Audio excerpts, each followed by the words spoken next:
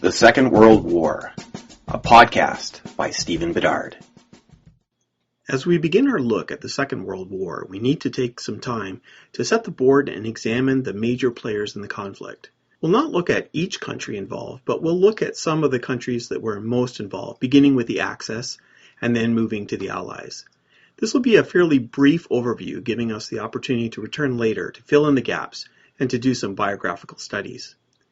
Looking at the Axis, we'll begin with Germany. Germans have been around for a long time, and much of European history from the time of Christ has included heavy German involvement. I'd recommend Travis Dow's History of Germany podcast for a look at the early history of Germany. But a German nation, anything like we know today, only goes back to 1871. It was at Versailles, a place that will be significant for Germany again, that the various German states, except for Austria, came together to form the German Empire. The Prussians in particular were greatly influential in this new Germany. In the early 20th century, Germany found itself under the rule of Kaiser Wilhelm II, a grandson of Queen Victoria. He was also related to the contemporary King George V of England and Emperor Nicholas II of Russia.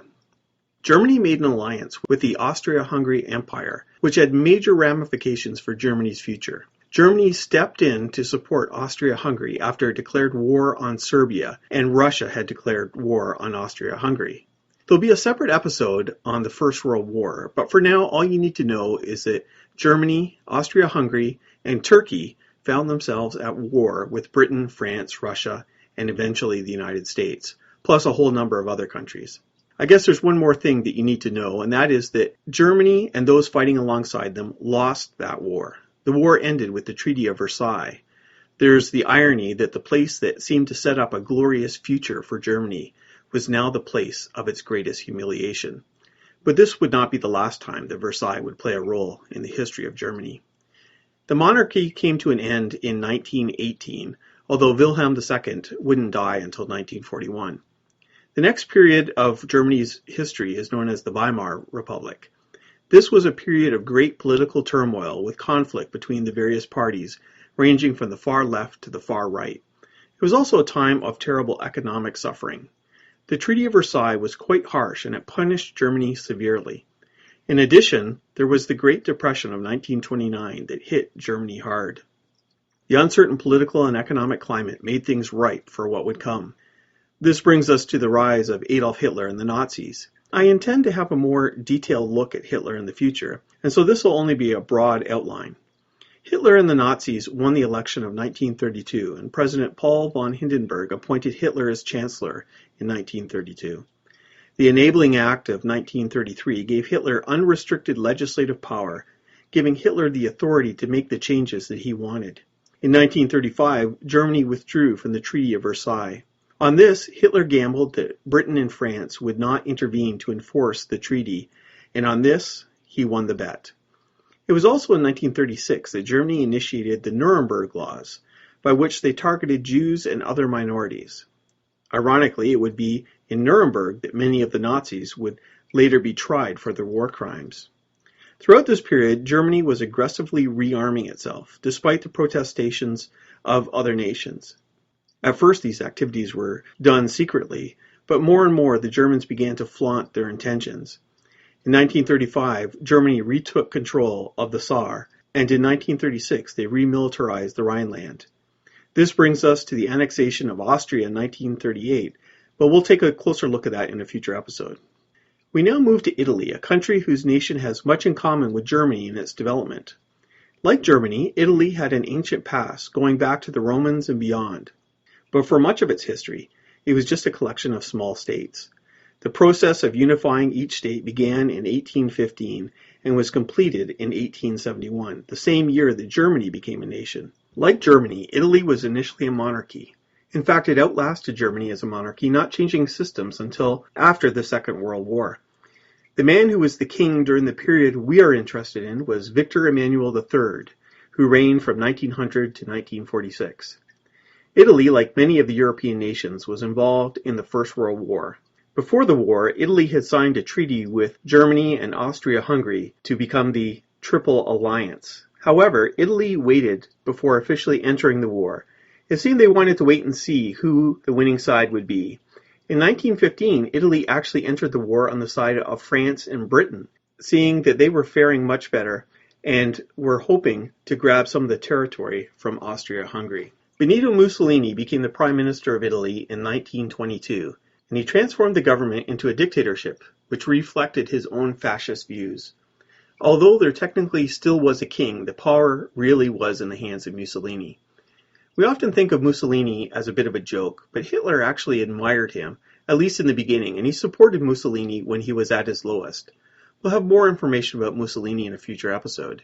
Italy, unlike Germany, was on the winning side of the First World War, and so had no limitations on building its military. Mussolini invested heavily into his military, and Italy ended up with one of the most modern and well-equipped military going into the Second World War.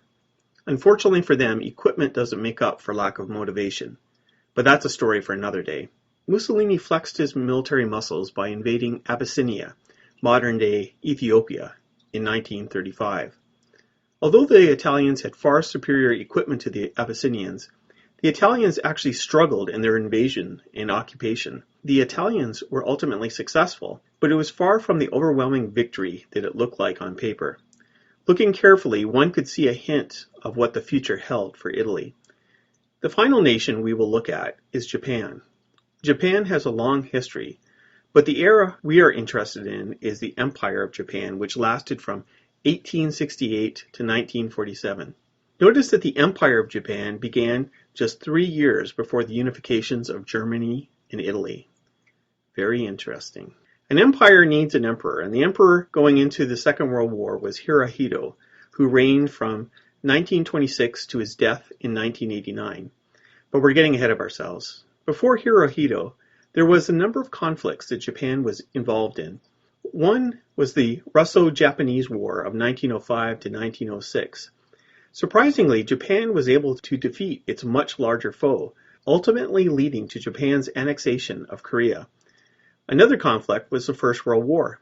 Like Italy, Japan was actually on the side of France and Britain, with Japan officially declaring war on Germany in 1914. Japan was confident in its military ability, and it looked for areas for expansion. That area ended up being China. In 1931, Japan invaded Manchuria in northeast China. Japan invaded China proper in 1937. More of this conflict will be looked at in a future episode. But how did these very different nations end up in a military alliance? The first step was the treaty between Germany and Italy in 1936. It was Mussolini that commented on the world revolving on the Rome-Berlin axis, thus coining the term the Axis. Germany and Japan signed an anti-Comintern pact in 1936, joined by Italy in 1937. The Tripartite Pact was signed by Germany, Italy, and Japan in 1940, bringing together their military aims. When we think of the Axis, we usually identify it with Germany, Italy, and Japan. However, a number of other European nations belong to it as well, including Bulgaria, Hungary, and Romania. Finland is sometimes mistaken as a member of the Axis because it fought alongside Germany against the Soviet Union. However, Finland never signed the Tripartite Pact and was only Axis aligned. This sets the stage for half the participants of the Second World War. In our next episode, we will look at the Allies. Thank you for listening to this episode of the Second World War podcast.